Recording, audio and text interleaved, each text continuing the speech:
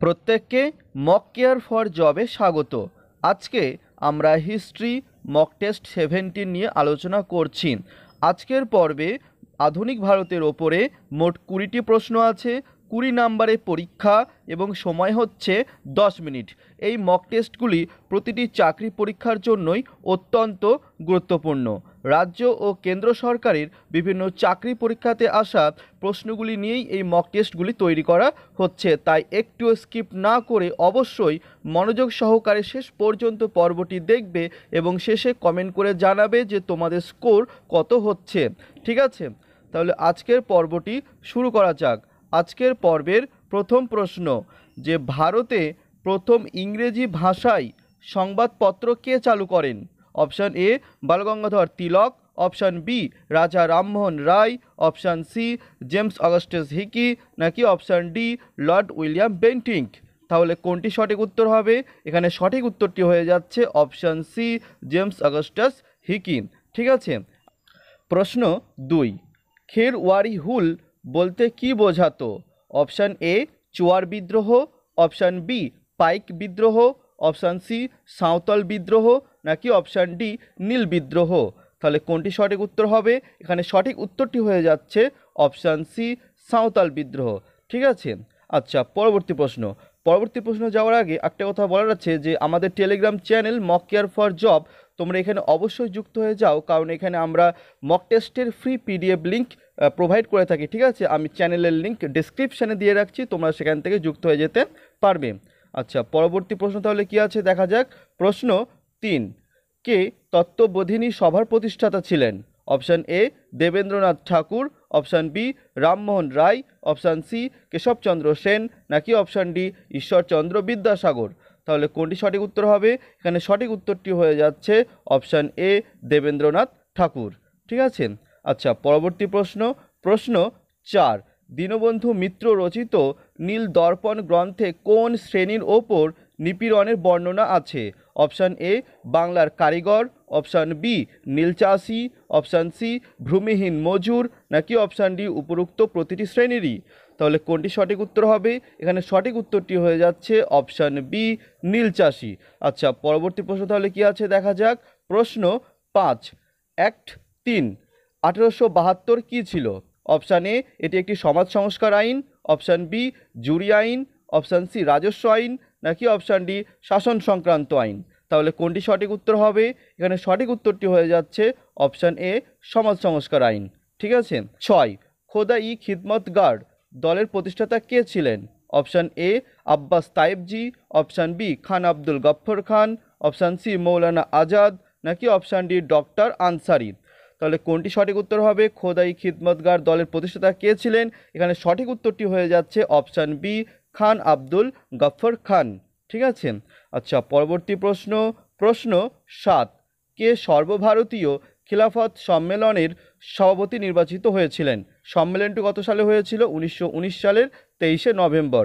ঠিক আছে, আচ্ছা option A Mahatma Gandhi, option B Subhashchandra Basu, option C Chittaranjan Das, option D Motilal Nehru. তাহলে কোনটি সঠিক উত্তর হবে? এখানে সঠিক উত্তরটি হয়ে যাচ্ছে option A Mahatma Gandhi.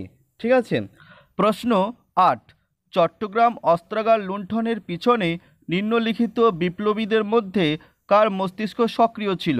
Option A Ganesh Ghosh, option B Chandrashekhar Azad, option C Surya Sen, নাকি অপশান ডি লালা Har Dayal.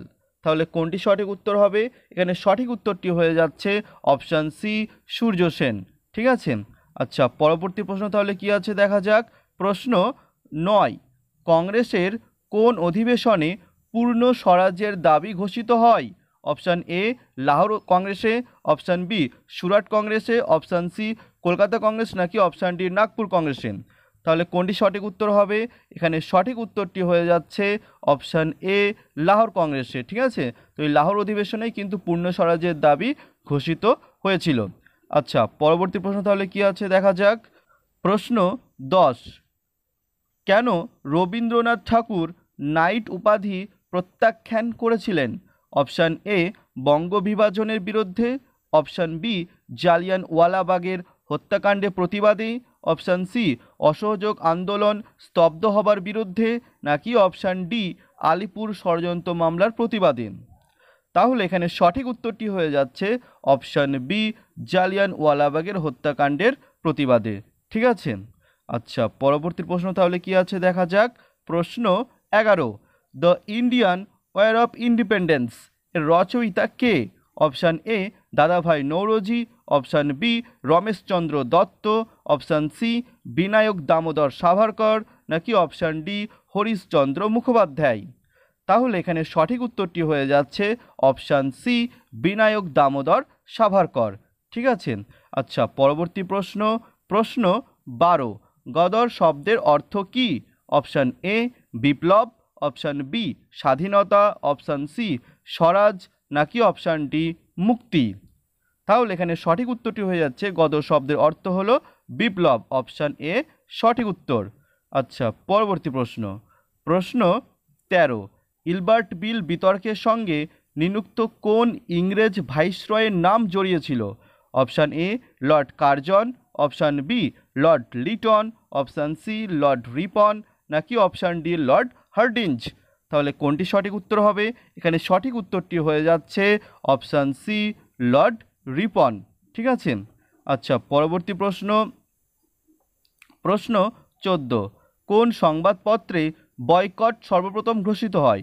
Option A Sanjivani, option B Hitabadi, option C Jugantar, নাকি অপশান ডি অমৃতবাজার। তাহলে সর্বপ্রথম বয়কট কোন পত্রিকাতে ঘোষণা করা হয়েছিল? এখানে সঠিক উত্তরটি হয়ে যাচ্ছে অপশান এ সঞ্জীবনী। ঠিক আছে, আচ্ছা পরবর্তী প্রশ্ন তাহলে কি আছে দেখা যাক। প্রশ্ন 15, বরদৌলি আন্দোলনের নেতা কে ছিলেন? Option A Vallabhbhai Patel, option B Mahatma Gandhi, option C Chaman Lal, নাকি অপশান ডি রাজগোপালাচারী। তাহলে এখানে সঠিক উত্তরটি হয়ে যাচ্ছে অপশান এ বল্লভভাই প্যাটেল। প্রশ্ন 16, মহারানীর ঘোষণাপত্রের তারিখ কী ছিল? Option A 1 November 1858, option B 10 May 1857, option C 20 March 1857, নাকি অপশান ডি 11 ফেব্রুয়ারি 1860। তাহলে এখানে সঠিক উত্তরটি হয়ে যাচ্ছে অপশান এ 1 নভেম্বর 1858 খ্রিস্টাব্দ। ঠিক আছে, আচ্ছা পরবর্তী প্রশ্ন। প্রশ্ন 17, লবণ সত্যাগ্রহ কোন সালে হয়? অপশান এ 1929 সালে, অপশান বি 1930 সালে, অপশান সি 1931 সালে, নাকি অপশান ডি 1932 সালে। তাহলে এখানে সঠিক উত্তরটি হয়ে যাচ্ছে অপশান বি 1930 সালে। ঠিক আছে, আচ্ছা পরবর্তী প্রশ্ন। প্রশ্ন 18, ক্যাবিনেট মিশন কোন সালে ভারতে আসে? অপশান এ 1946 সালে, অপশান বি 1945 সালে, অপশান সি 1942 সালে, নাকি অপশান ডি 1940 সালে। তাহলে কোনটি সঠিক উত্তর হবে? এখানে সঠিক উত্তরটি হয়ে যাচ্ছে অপশান এ 1946 সালে। ঠিক আছে, আচ্ছা পরবর্তী প্রশ্ন। প্রশ্ন 19, কবে ভারতে প্রথম স্বাধীনতা দিবস পালিত হয়েছিল? অপশান এ 26 জানুয়ারি 1930 খ্রিস্টাব্দে, অপশান বি 2 জানুয়ারি 1930 খ্রিস্টাব্দে, অপশান সি 31 অক্টোবর 1929 খ্রিস্টাব্দে, নাকি অপশান ডি 8 ডিসেম্বর 1930 খ্রিস্টাব্দে। তাহলে কোনটি সঠিক উত্তর হবে? এখানে সঠিক উত্তরটি হয়ে যাচ্ছে অপশান এ 26 জানুয়ারি 1930 খ্রিস্টাব্দে। ঠিক আছে, আচ্ছা পরবর্তী প্রশ্ন, আজকের পর্বে শেষ প্রশ্ন। প্রশ্ন 20, ভারতের জাতীয় কংগ্রেসের জনক বলে কাকে অভিহিত করা হয়? Option A Mahatma Gandhi, option B A O Hume, option C Lokmanya Tilak, নাকি অপশান ডি সুরেন্দ্রনাথ ব্যানার্জি। আচ্ছা এই প্রশ্নের উত্তর তোমরা নিজেরা করবে, সঠিক উত্তর অবশ্যই তোমরা কমেন্ট করে জানাও।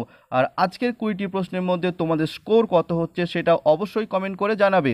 ঠিক আছে, তাহলে আজকের পর্বটি এখানেই শেষ হচ্ছে। পর্বটি কেমন ছিল তা অবশ্যই কমেন্ট করে জানাবে এবং পর্বটি হেল্পফুল মনে হলে অবশ্যই লাইক এবং প্রচুর পরিমাণে শেয়ার করবে।